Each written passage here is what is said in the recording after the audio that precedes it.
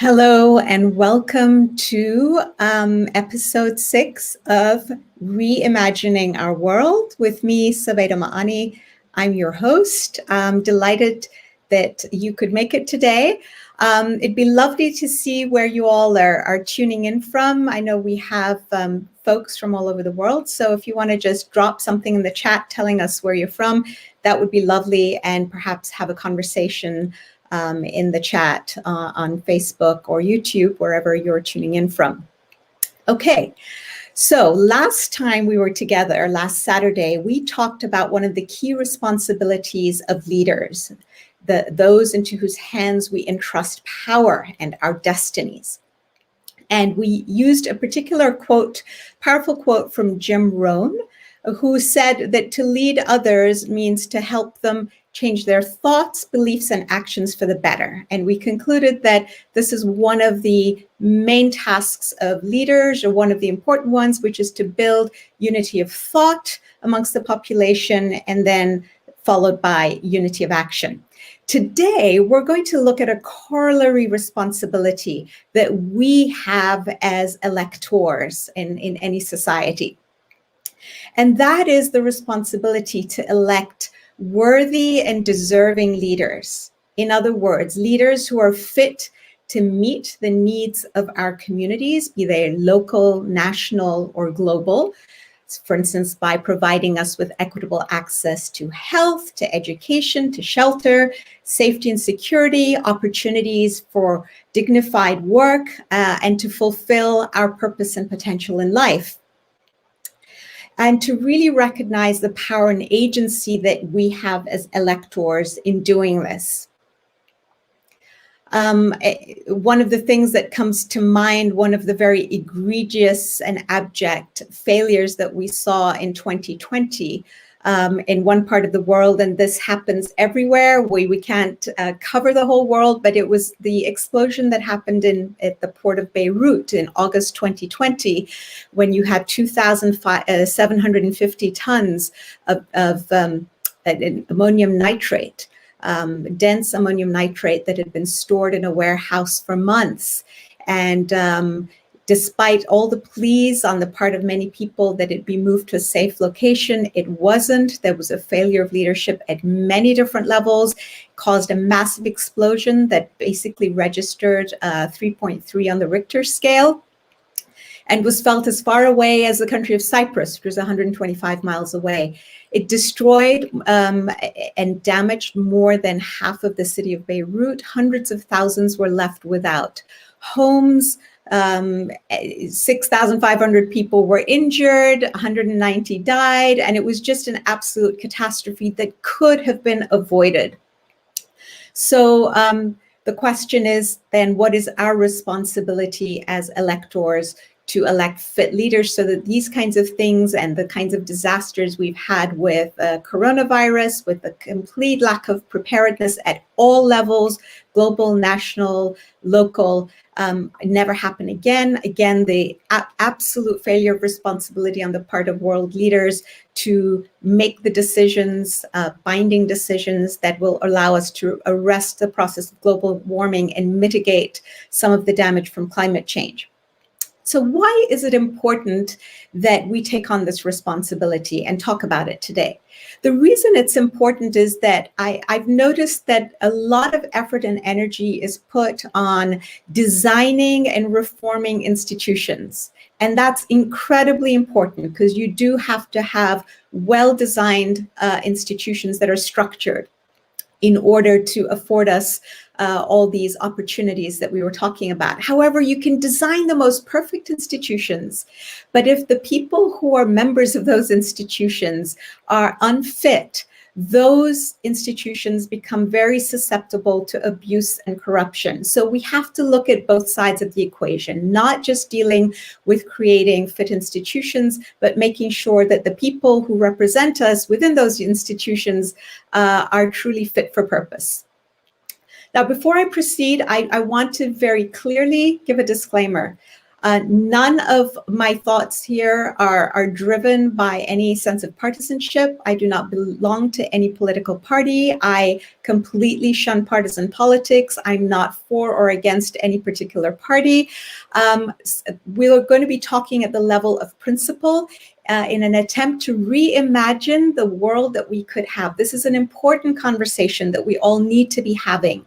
And it's important that we raise it to the level of principle, as we discussed in one of the prior episodes, so that we can then apply these principles to solving the challenges of today, which include the fact that we have a lot of leaders who are failing in their responsibility to protect and guide us and to make sound decisions.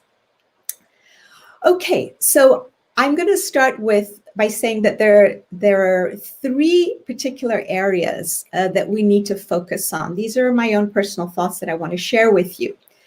The first is that if we're going to address this problem of unfit leadership, we have to start by shifting our mindset around what power and authority mean and what the purpose of power and authority is. As is a big topic, I'm not going to delve into a lot of detail. I just want to plant a couple of seeds for us all to reflect on. Maybe between this week and next week, you can reflect on it and maybe post again in the chats or come back next time with further thoughts and ideas. At the moment, the way most of us conceive of power and authority is that those in power seek to dominate and control us as people and control the resources that are at their disposal because of the positions that they're in. They have access to amazing resources. As a result of this view we have of those in authority and those who have power, we're very cynical. And human beings around the world have generally become very distrustful of those in power and those in authority. And indeed, we expect them to lie and cheat and steal if they can get away with it. What a cynical way to approach something that is so fundamental, which includes electing leaders who have the reins of our affairs in their hands and our destinies in their hands. So we have to take responsibility for that cynicism and for the passivity that comes with it and the blame. So we apportion blame. This leader's bad, that leader's bad. But we rarely say, oh, well, we're the ones who elected this leader. It's our responsibility. It's time to own it. And we don't like the results. So we need to shift what we've been doing. And this is the purpose of this exercise. So what if we flipped this mindset and this belief to say instead that the job of those in power and authority is actually not to dominate and control, but to create the necessary conditions within society that allow each and every one of us to develop our potential and to live lives of meaning and purpose. That is an amazing shift. And I posit that if we were to make that shift in mindset, a lot would change. If we were to associate the concept of power and authority with words such as empower or enable or encourage, as opposed to dominate and control, how different might our conception be of those in authority?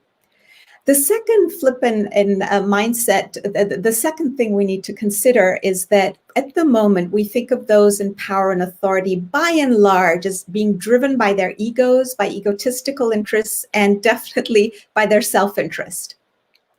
What again if we were to flip that notion and say, actually, what we associate power and authority with is the concept of service, that these folks have been put in these positions because they have a duty, a responsibility, but beyond that, a privilege to serve those who have elected them.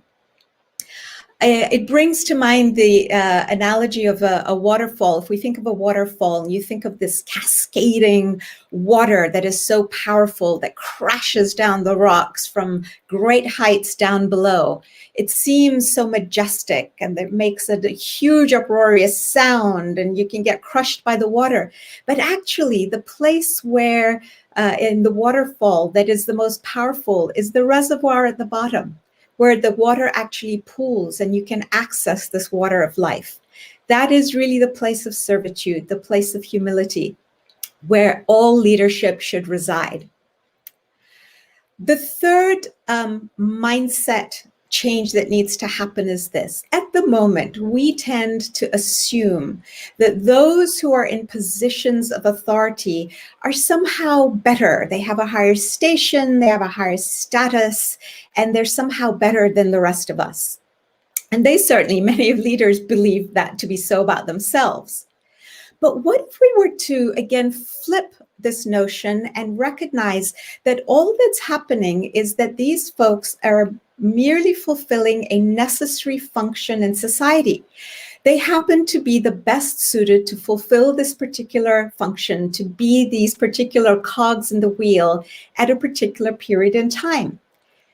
Every single one of us is suited to fulfilling some function in contribution and service to society at any given time.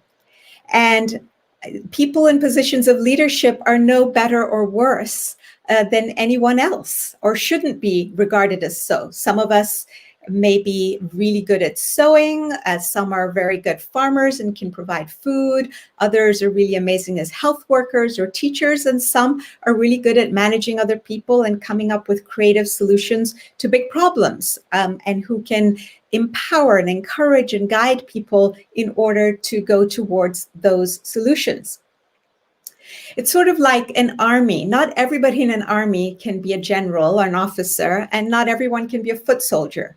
You need the hierarchy, not because people are better, but because some are just better suited to particular tasks. Okay, now once we have flipped our mindset in the ways that I have proposed, in those three particular ways that we've just talked about, we'll soon start to see that we automatically shift our attitudes towards what we're looking for in our leaders. If those three mindset shifts are actually true and we come to believe them and espouse them, and we imagine them as what we want the future of our world to be, then we will start looking for completely different things in our leaders. Instead of looking for people who are just charismatic, who can stand up there and wow the crowds, and who have silver tongues, or who make grand promises, we start to look for a couple of completely different things. And I propose that there are three criteria that we're going to look at. We're going to start looking very closely at the qualities of character that we want in our leaders.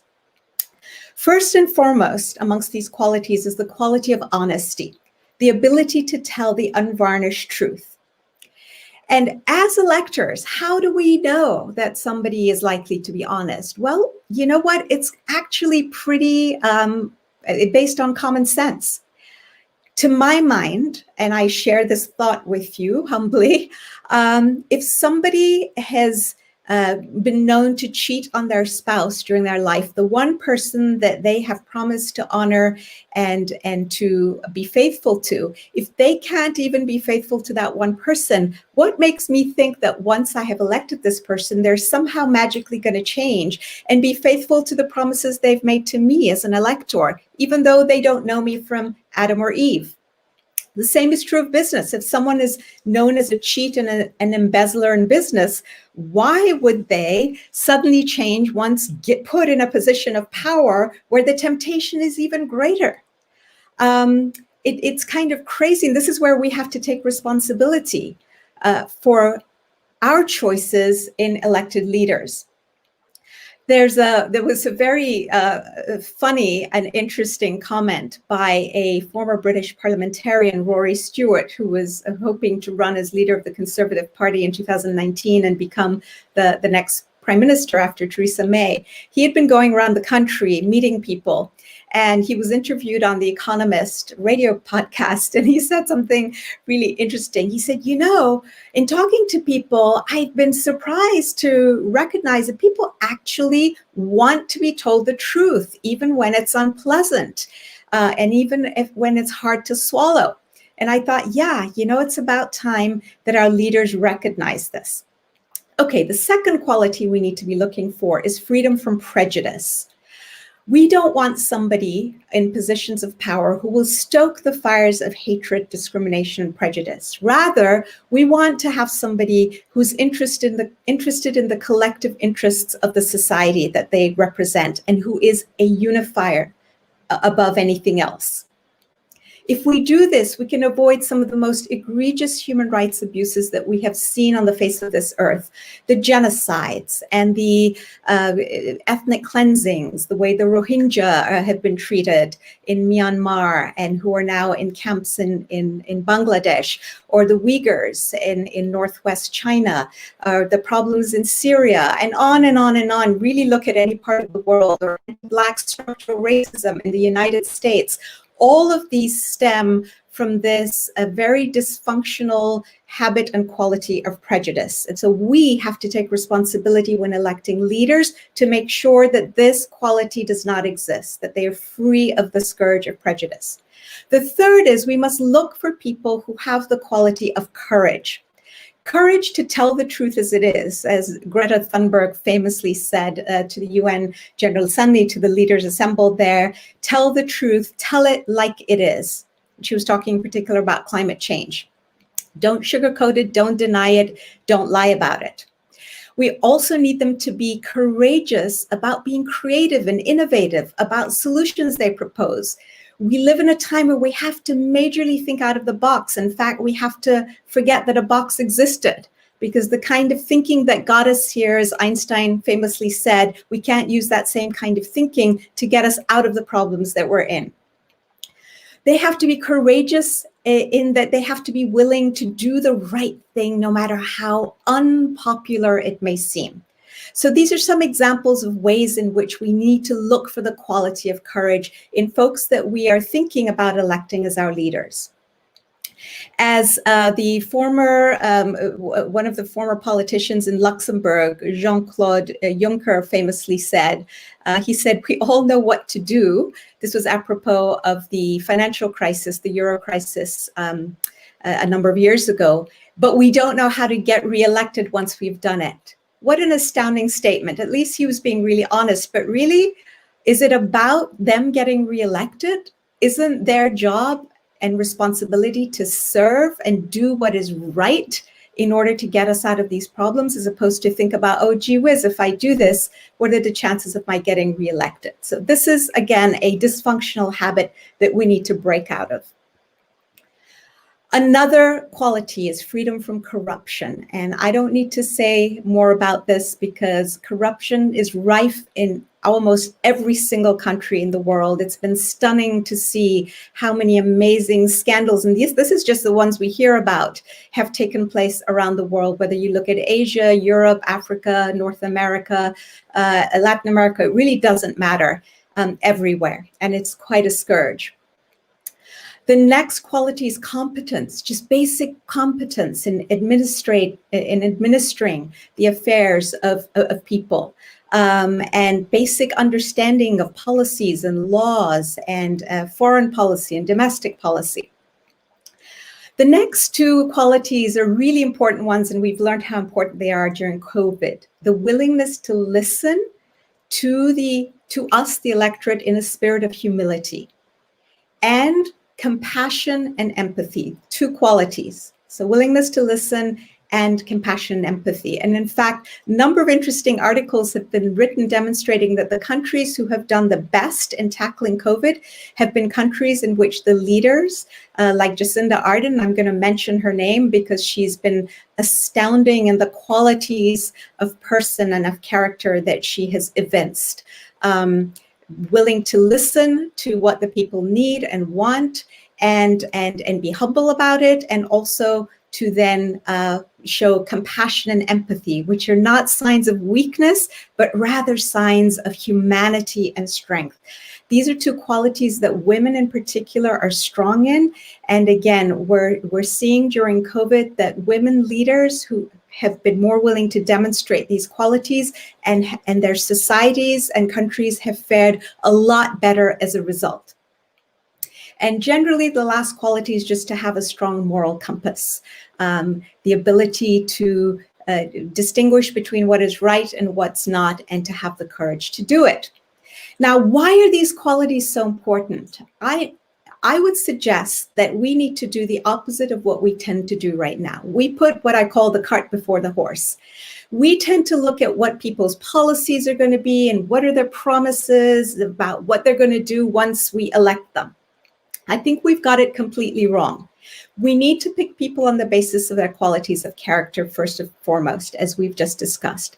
They also need to have certain skills, as I said, some basic competences. And then we need to trust them to use their goodwill, their skill, their conscience, and the ability to consult and to listen and to empathize in order to tend to the problems.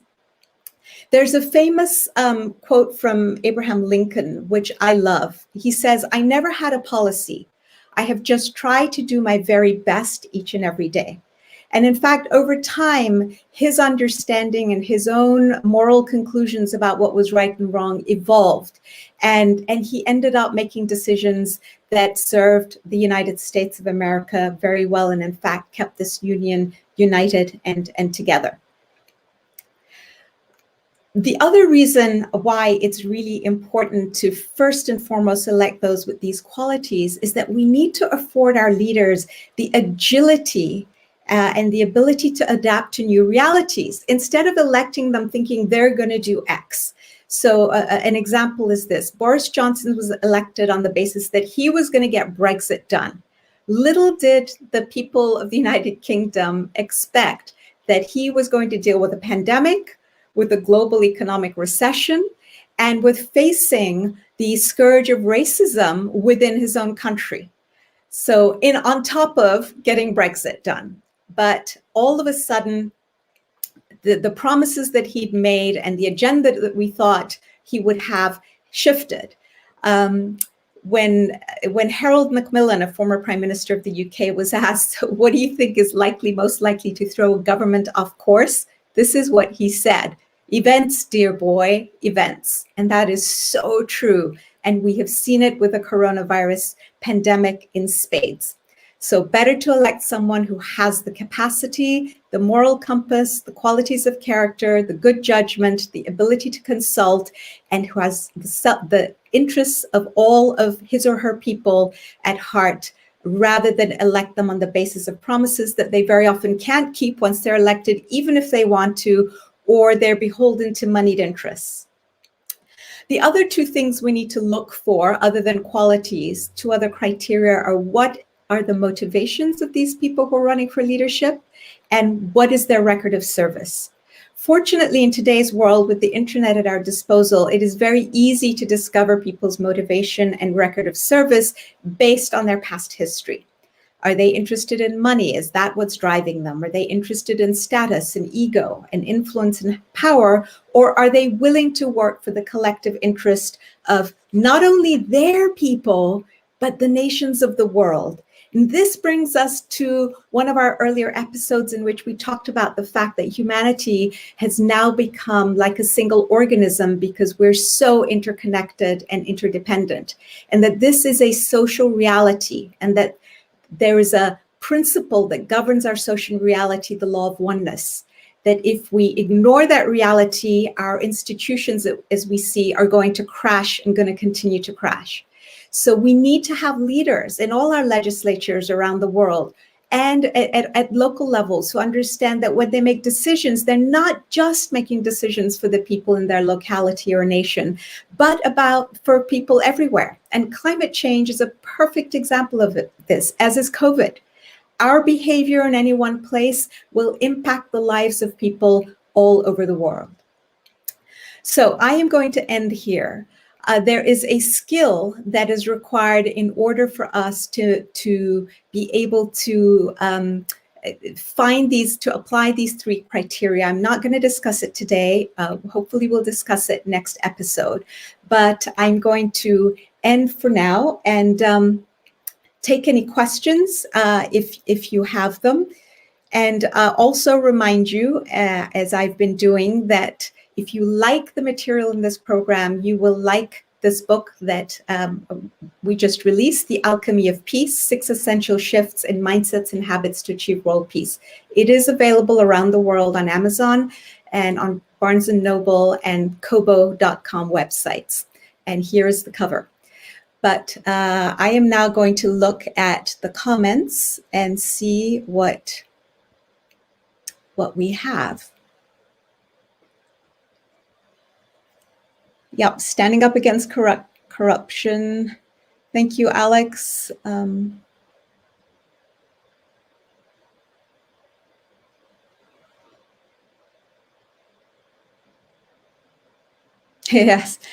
Yes, existing. I'm just going to put this up so you can all see this. Laws of nature require that the new needs to be built on the ashes of the old. Existing social structures are well rooted and fireproof at the moment. Not so fireproof as it turns out. I mean, we're seeing our political, social, economic, environmental systems collapsing under their own weight. And it will happen. And the funny thing about collapse is once things start to collapse, the momentum starts to accelerate. And I'm struck, for instance, by those of us who lived in the 80s. You know, we never imagined, nor did the experts, that the Berlin Wall would come down so quickly or that the Cold War would end seemingly overnight. And yet when it did, it just happened so fast that we had whiplash. Same with the end of apartheid in South Africa. It looked like that system was going to continue to last for decades. And yet when it was over overnight. So I'm very optimistic. I think that things are already starting to unravel very quickly, and that the momentum is only going to accelerate. And we need to be ready with something new, which is one of the reasons we're doing this series, Reimagining Our World. Because if we don't have a vision of the new thing we want, we're likely to gravitate towards the old, which is based on old mindsets, old ways of thinking, and old dysfunctional habits. So we need to raise those to the light of awareness, become aware and conscious of them, and then make a choice to say, no, we don't like this anymore. We don't like the results. We need something new.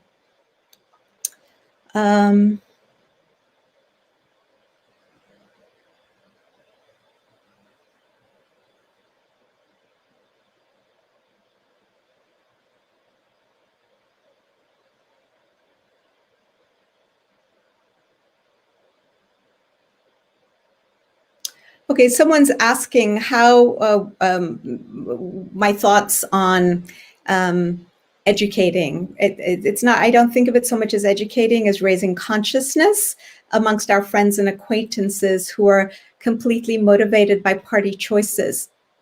I think we just start by asking questions. You know, how well has this system worked? What could we do better? What is it costing us to keep, to stay attached to this system of partisan politics? Is the cost too high?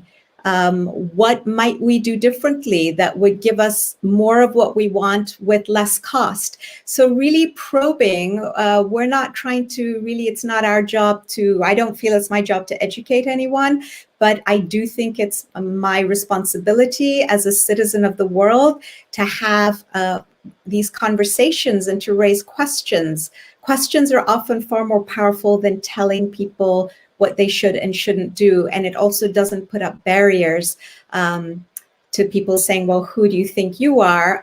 Who knows better? What I find interesting apropos of partisan politics is that there have been some really interesting articles and a lot of interesting work done about maybe the time has come to do away with political parties because it's leading to tribalism, increased polarization, and it's rending our societies apart. And if you tear apart the social fabric, you've got nothing to work with.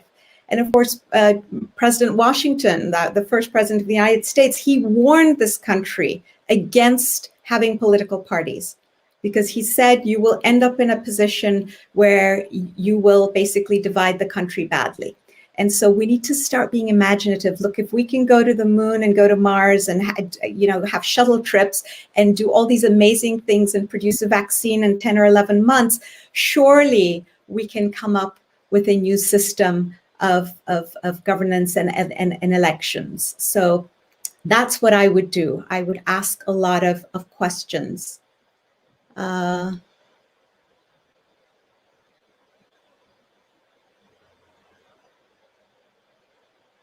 Yes, Pete Baldwin, let's make justice go viral now. Yes, justice is a really important principle. We talked in one of the previous episodes about the importance of identifying a set of global ethics that we can all achieve consensus around, that form the foundations of the institutional structures, and that are also independently used as tools to meet the challenges of our time.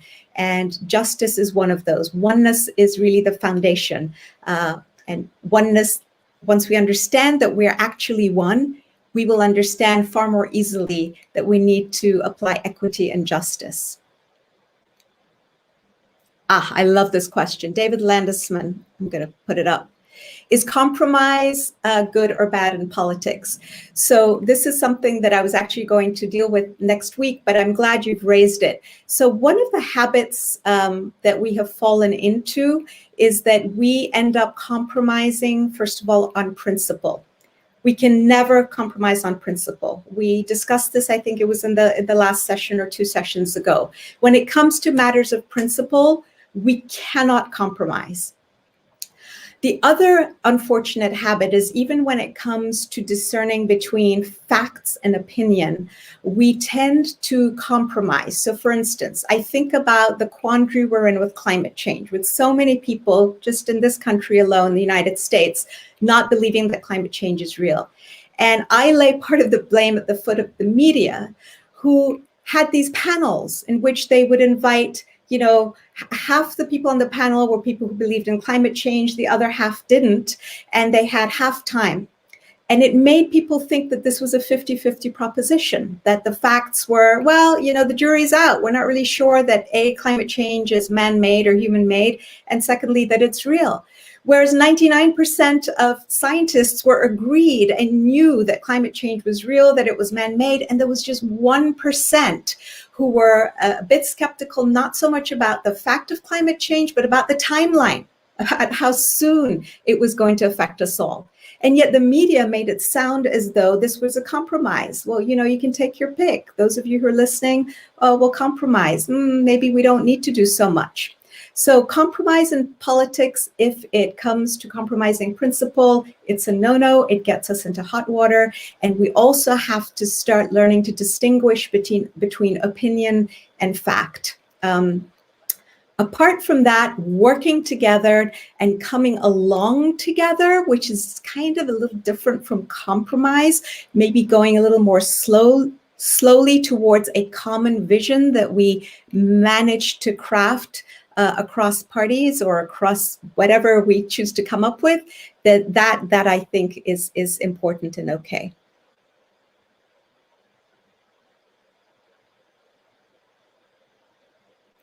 Yes, the importance of abandoning materialism if we're not to make the same mistakes again. And that is, I think, one of the big lessons of COVID-19 across the world, of one of the interesting things is that we've started to question our values. So as I was preparing for today, I was thinking, gosh, we didn't used to recognize the importance of our people who are in agriculture, our farmers, our teachers, our health workers. We live in a society where the people who make the most money are celebrities. I mean, it's wonderful. They sing well and they're pretty and they act, some not so well, some better. But really to pay them the millions of dollars, or people who are in sports. I mean, sports is wonderful. It keeps us distracted from a lot of other things that we need to be doing. But to pay those people so much more than we pay our teachers and our health workers and our farmers is living in a topsy-turvy world. So I think that's something we really need to start. We're reassessing our focus on the material aspects of life. Sorry if I'm peering. My eyes are not what they used to be. Okay, somebody says this needs time, God's good time. Yes, and as we discussed, human beings have been given by our creator, I believe. And for those who don't believe in a creator, we know that we have free will choice. And we need to take responsibility for exercising that free will choice. It's not sufficient to say, oh, this is just in God's hands. God has given us common sense, the tools, everything that we need to make good choices. We can delay the time when we make these shifts that we need towards the better future and a more compelling future. We can delay it by continuing to make poor choices, or we can hasten the day where we have a peaceful, secure world in which the principles of oneness and justice reign. So it's really on us. And so I generally, for myself, don't say, oh, it'll happen in good time, because we are one of the factors that determines what that good time is.